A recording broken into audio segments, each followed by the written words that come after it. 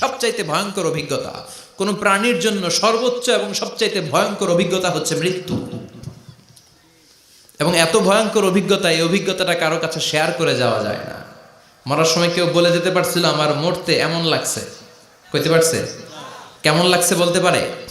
বলা যায় না। তার আগেই চলে যেতে হয় শৈশব, কৈশোর, যৌবন, বার্ধক্য, প্রৌঢ়ত্ব, হ্যাঁ, বয়সের ছাপ, কালো চুল দাড়ি সাদা হয়ে যাওয়া, দাড়ি চুলের শুভ্রতা, দুর্বলতা।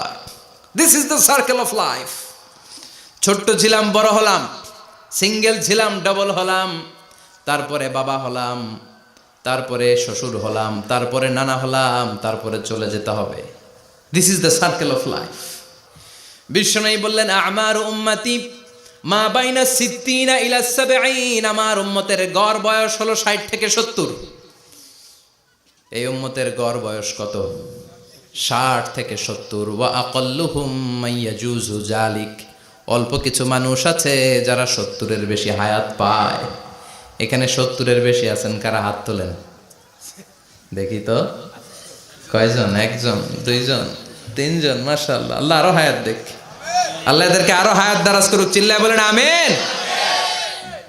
তার মানে আমার উম্মতি মা বাইনা সিত্তিন ইলা সাবঈন, বিশ্বনবী বললেন এই উম্মতের গড় বয়স 60 থেকে 70, আর 70-এর বেশি হায়াত পাবে। ওয়া আকাল্লুহুম মাইয়াজুজু যালিক, 70-এর বেশি পাবে হাতে গোনা, গুনে বের করে ফেলা যায় একজন, দুইজন, তিনজন। বাকি সব 60-এর আগে নাই, ঠুস। চিল্লা এখন ঠিক কিনা? বাংলাদেশের গড় হায়াত কত মানুষের? 60। বিশ্বনবীর কথার সাথে মিলে গেছে। চিল্লায় পড়েন সুবহানাল্লাহ।